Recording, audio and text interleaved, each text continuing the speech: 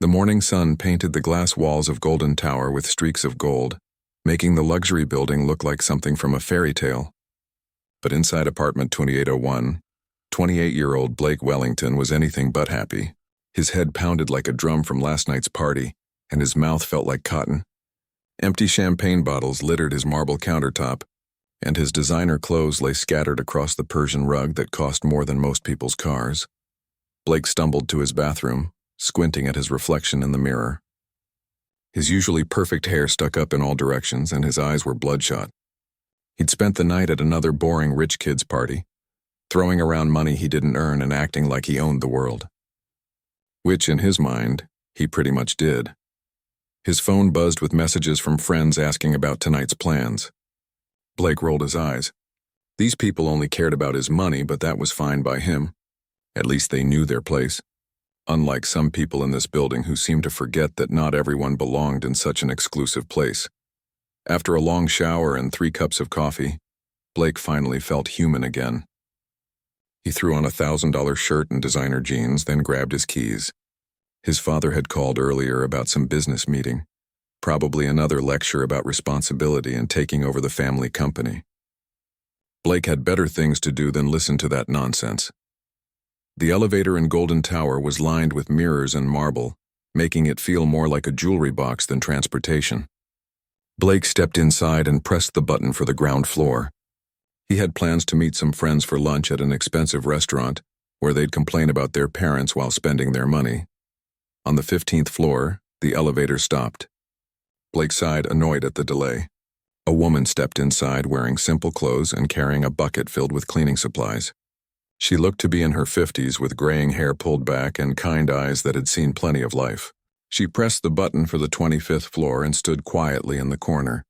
Blake looked her up and down, his annoyance growing. What was someone like her doing in his building?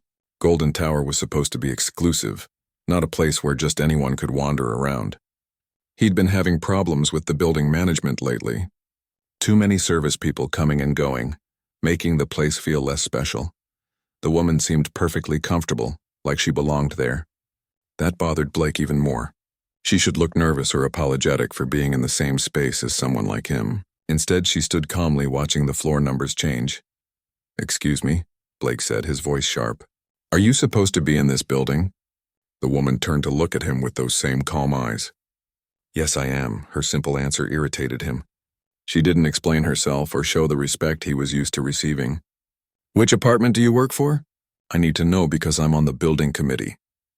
This was a lie, but Blake figured it sounded impressive. "I work where I'm needed," she replied softly. Blake's face grew red.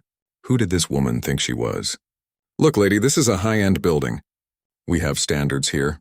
You can't just go wherever you want with your cleaning stuff."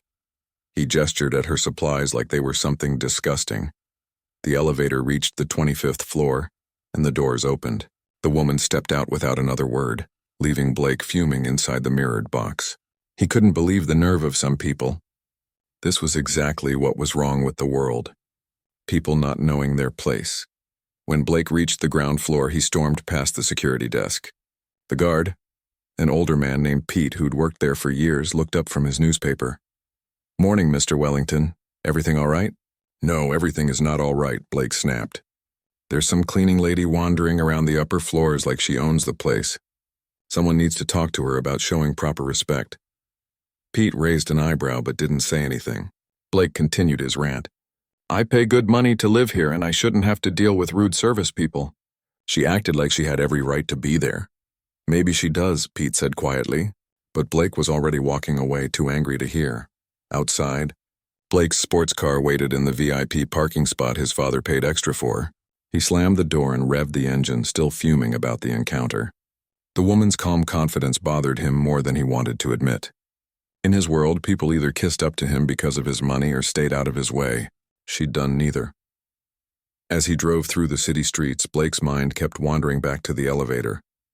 The woman had looked at him like she saw right through his expensive clothes and attitude. Like his money and name meant nothing to her. That was impossible, of course. Everyone cared about money and status. They had to. Blake arrived at the restaurant where his usual crowd was already seated at their regular table.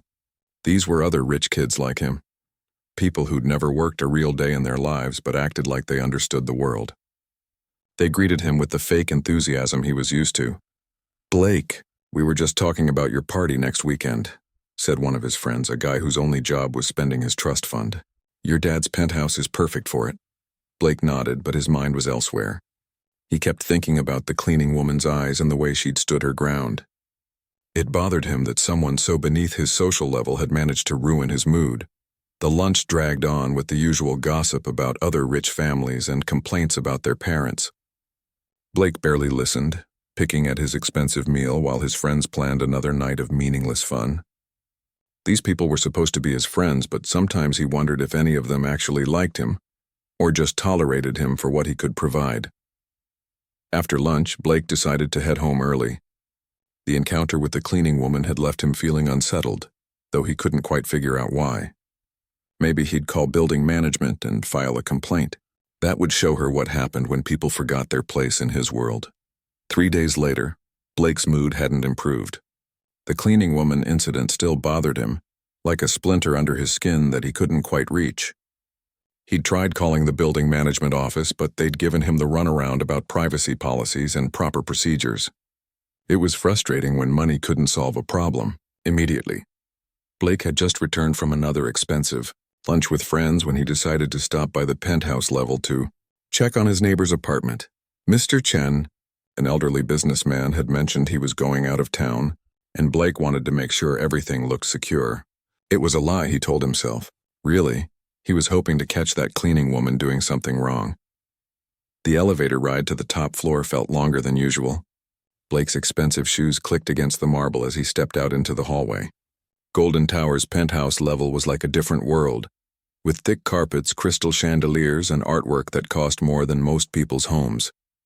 This was where Blake belonged, surrounded by luxury and beauty. He was about to head back to the elevator when he heard voices coming from Mr. Chen's apartment. The door was slightly open and Blake could see cleaning supplies just inside. His heart started beating faster. This was it.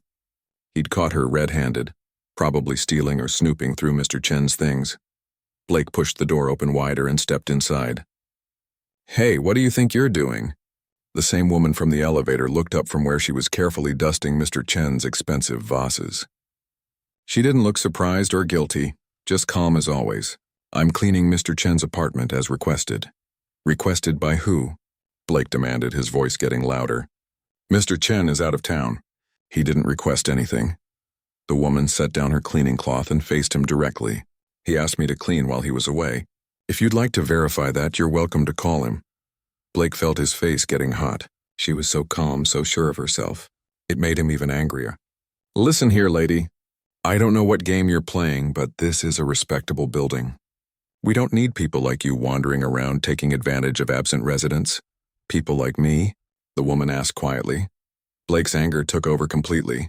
All his frustration from the past few days, all his annoyance at not getting his way came pouring out. "You know exactly what I mean.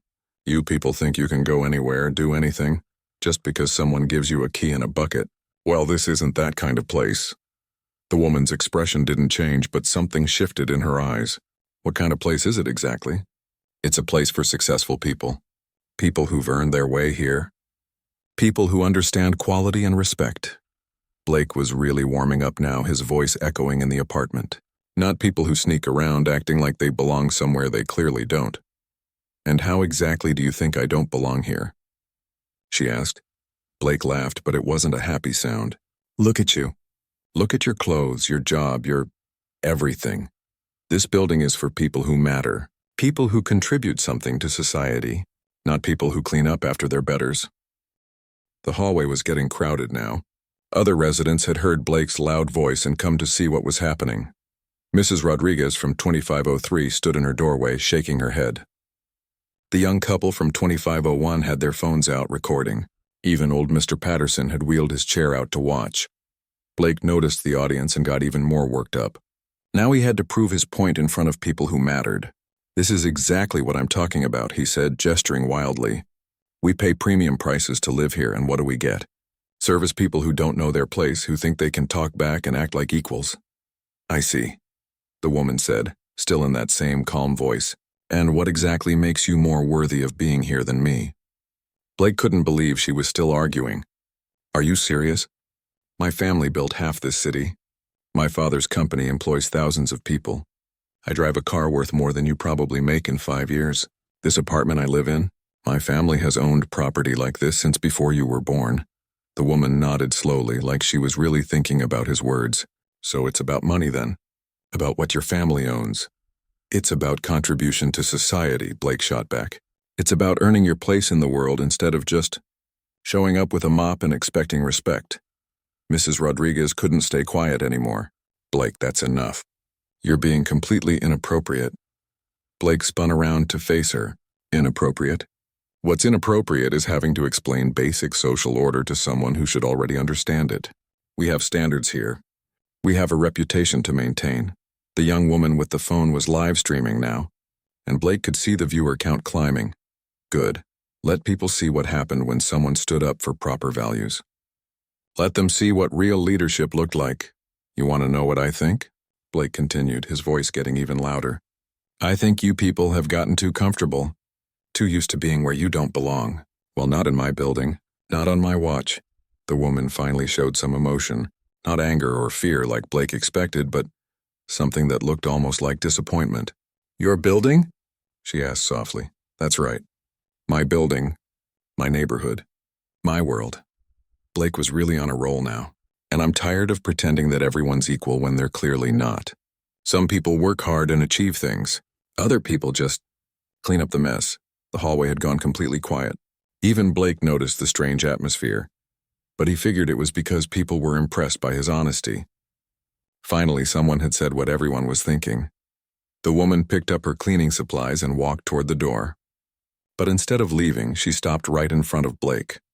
For a moment, they stood face to face, and Blake felt something he wasn't used to feeling, something that might have been doubt. You're absolutely right about one thing, she said quietly. Some people do work hard and achieve things. Some people do earn their place in the world. She paused, looking directly into his eyes. But you're very wrong about which people those are. Blake felt a chill run down his spine, but he couldn't back down now. Not in front of all these people. We'll see about that, he said. We'll just see who really belongs here and who doesn't. The woman smiled then, but it wasn't a happy smile. It was the kind of smile that said she knew something Blake didn't. Something important. Yes, she said, walking toward the elevator. I think we will. Blake stood in the hallway, breathing hard and feeling victorious. He'd finally put that woman in her place, and everyone had seen it. The other residents were still standing around, but their faces looked strange. Instead of approval or admiration, Blake saw something that looked almost like horror. What? He asked, looking around at the crowd. Someone had to say it. Someone had to stand up for the standards of this building. Mrs. Rodriguez was the first to speak. Blake, do you have any idea what you just did? I defended our community, Blake replied, straightening his expensive shirt. I made it clear that we won't tolerate people who don't respect the order of things. The young couple was still recording, and Blake could see hundreds of people watching the live stream. Comments were flying by too fast to read, but he assumed they were supportive. Finally, people were seeing what real leadership looked like.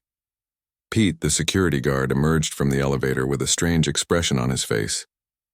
He looked around at the crowd, then at Blake, then shook his head slowly.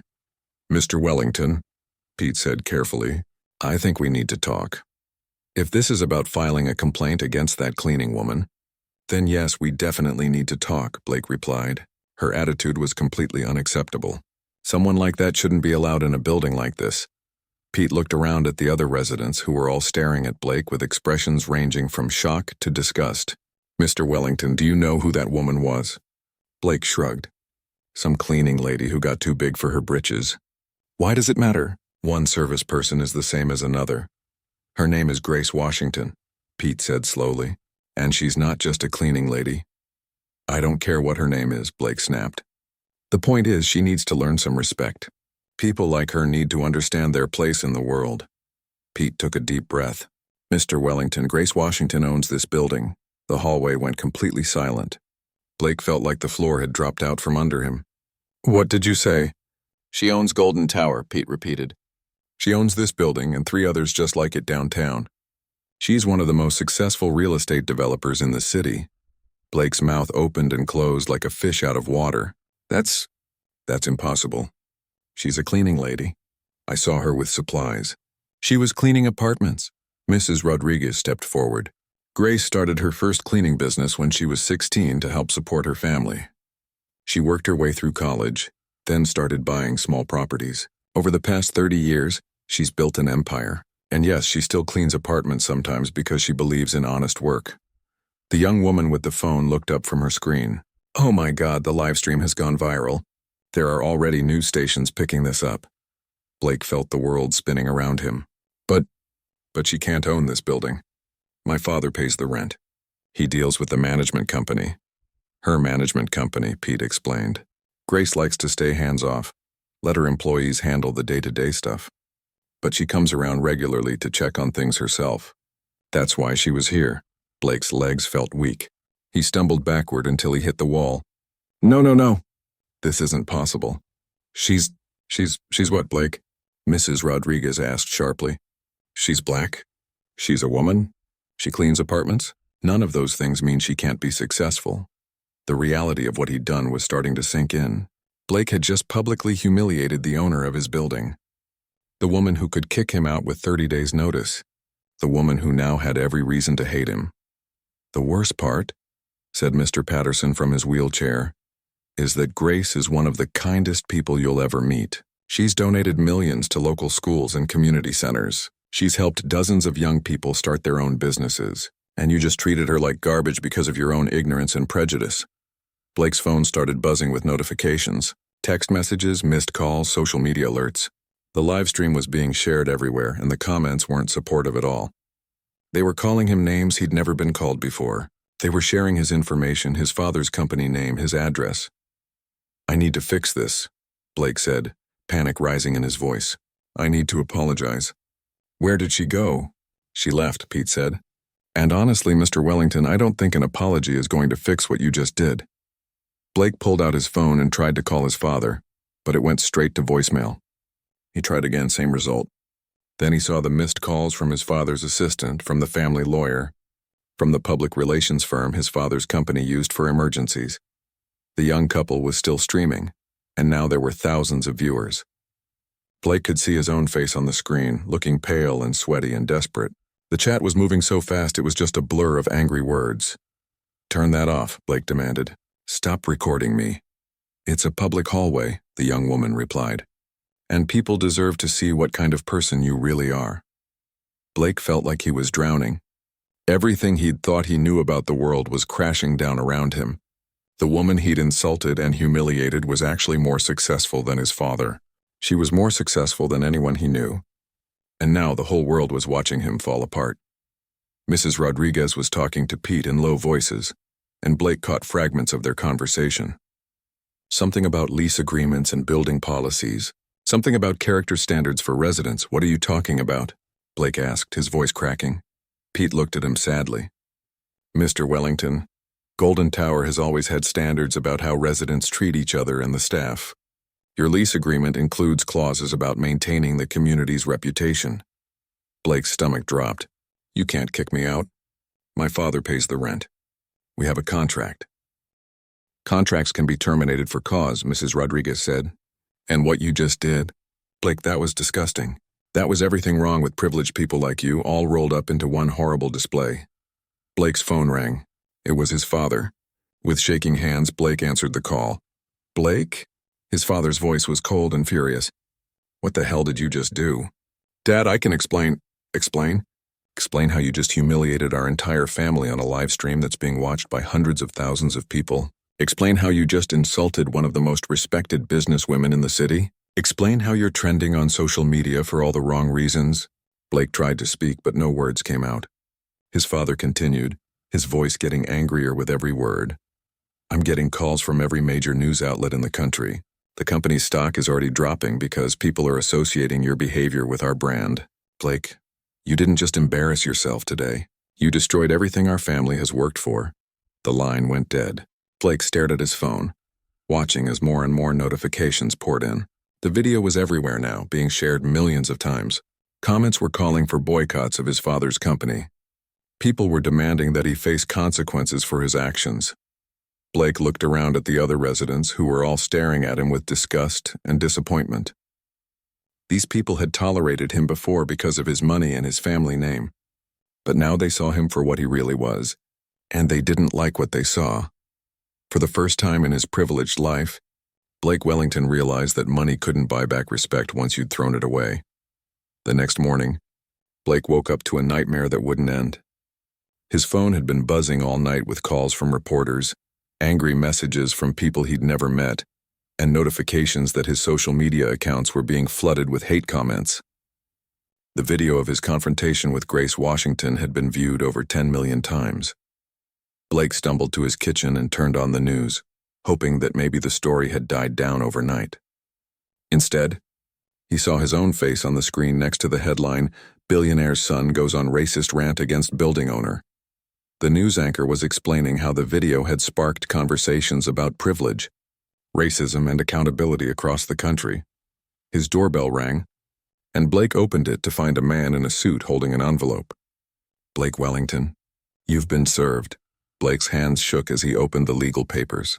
Grace Washington was terminating his lease, effective in 30 days. The grounds were violation of the building's community standards and creating a hostile environment for other residents.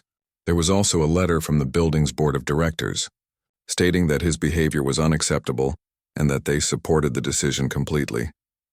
Blake tried calling his father again, but the calls went straight to voicemail. He tried calling his father's assistant, his uncle, even his grandmother. Nobody would take his calls. The family that had always protected him from consequences was now protecting themselves from him. By noon, Blake's story was trending on every social media platform. People were sharing their own stories about entitled behavior they'd witnessed. Others were praising Grace Washington for her dignity and success. Blake had become the poster child for everything people hated about wealthy, privileged young men. Blake's usual hangout spots became impossible to visit. When he tried to go to his favorite restaurant, people recognized him and started taking pictures. Some called him names. Others just stared with disgust. The manager politely but firmly asked him to leave, saying his presence was disturbing other customers. The same thing happened at his gym, his country club, and even the coffee shop where he liked to work on his laptop. Everywhere he went, people knew who he was and they didn't want him around. Blake had gone from being somebody to being somebody people actively avoided. 3 days after the incident, Blake's father finally agreed to meet him. They sat in his father's office, a room Blake had always loved because it showed how successful and powerful his family was. But now, looking at his father's angry face, it just felt cold and intimidating. "Blake," his father said without any warmth, "do you understand what you've done to this family?" "Dad, I made a mistake. I was having a bad day and I said some things I shouldn't have said. But we can fix this. We can make it go away." His father laughed, but it was a bitter sound. "Make it go away? Blake, our company's stock has dropped 15% in 3 days. We've lost 2 major contracts because the companies don't want to be associated with our family name. I've had to hire a crisis management firm just to try to control the damage." Blake felt desperate. "But it's just one video. People will forget about it in a week or 2. "No, they won't," his father said firmly. "Because it wasn't just one video, Blake. It was a perfect example of everything people hate about families like ours. The entitlement, the racism, the complete lack of respect for working people. You didn't just insult Grace Washington. You insulted everyone who's ever cleaned a building or worked a service job." Blake's father stood up and walked to the window, looking out at the city below. "Grace Washington started with nothing, Blake. Her parents were janitors in this very building when she was a child. She worked 2 jobs to put herself through college, started her first business with a $500 loan, and built an empire through hard work and smart decisions. She's everything I tried to teach you to respect." "I didn't know," Blake said weakly. "That's exactly the problem," his father snapped. "You didn't know and you didn't care to know. You saw a black woman with cleaning supplies and immediately assumed she was beneath you. You never once considered that she might be successful, or intelligent, or worthy of basic human respect." Blake's father returned to his desk and pulled out a folder. "I've been doing damage control for 3 days, Blake. I've met with Grace Washington personally to apologize for your behavior. She was gracious enough to accept my apology, but she made it very clear that my son's actions don't reflect well on how our family raised him. What does that mean for me? Blake asked, though he was afraid to hear the answer. It means you're on your own, his father said simply. I'm cutting off your allowance effective immediately. I'm not paying your rent anymore.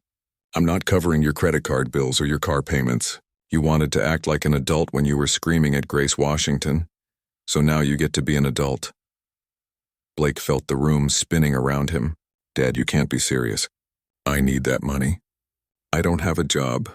I don't know how to live without Daddy's money, his father finished. Well, now you'll learn. Maybe when you've spent some time in the real world, working real jobs and meeting real people, you'll understand why what you did was so wrong. Blake left his father's office in a daze. He walked the city streets for hours, trying to figure out what to do next. He'd never had a real job in his life. He'd never had to worry about money or rent or any of the basic concerns that most people dealt with every day. When Blake returned to Golden Tower that evening, he found Pete waiting for him in the lobby. The security guard's usual friendly demeanor was gone, replaced by professional coldness. Mr. Wellington, Pete said, I need to inform you that several residents have complained about feeling unsafe with you in the building. Until your lease expires, we're implementing some new security measures. Pete handed Blake a list of rules. He couldn't use the elevator during certain hours when other residents were coming and going. He couldn't loiter in common areas. He couldn't approach other residents unless they spoke to him first. Essentially, he was being treated like a threat in his own building. This is ridiculous, Blake protested. I live here. I have rights. You have the rights outlined in your lease agreement, Pete replied, and that lease is expiring in 27 days. I suggest you start looking for somewhere else to live. Blake spent the evening in his apartment, surrounded by luxury he could no longer afford. His designer clothes, his expensive furniture, his art collection, none of it meant anything now. He was about to lose everything, and for the first time in his life, he couldn't buy his way out of trouble. He tried to think of friends who might help him, but he realized that all his relationships were based on what he could provide. The people he'd called friends were already distancing themselves from him, not wanting to be associated with his scandal. Blake looked out his window at the city lights below.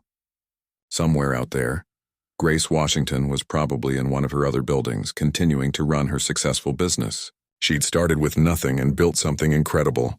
Meanwhile, Blake had started with everything and was losing it all because of his own ignorance and cruelty. For the first time in his privileged life, Blake Wellington was about to discover what the real world was like for people who had to earn their place in it.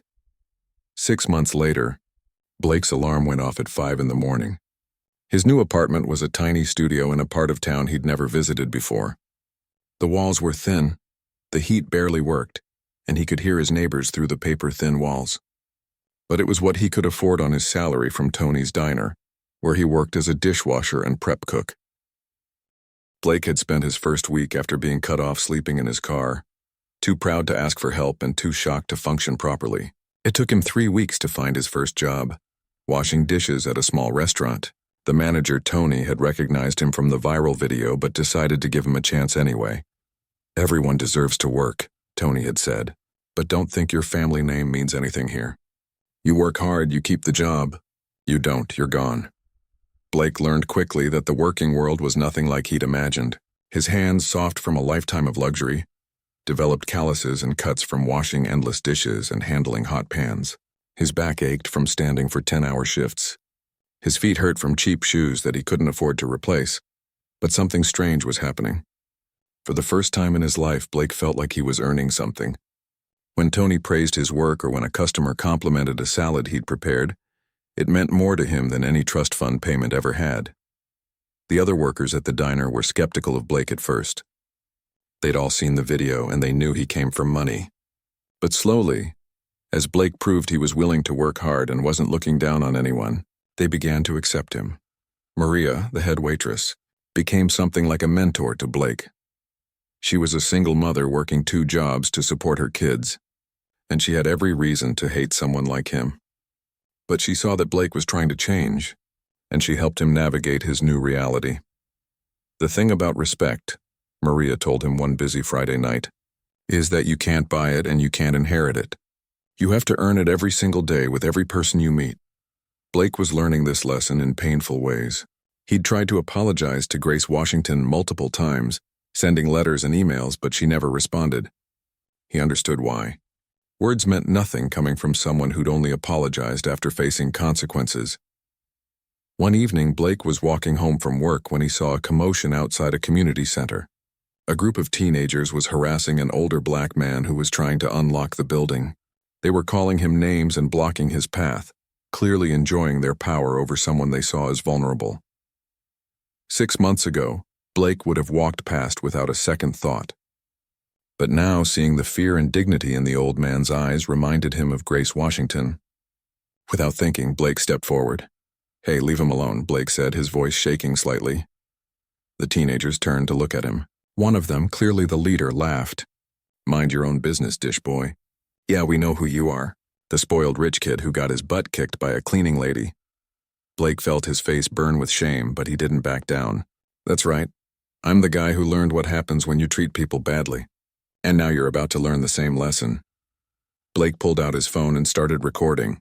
"See, the thing about being internet famous for doing something terrible is that people really want to see you do something good for a change. So why don't you guys move along before this video goes viral too?" The teenagers looked at each other uncertainly.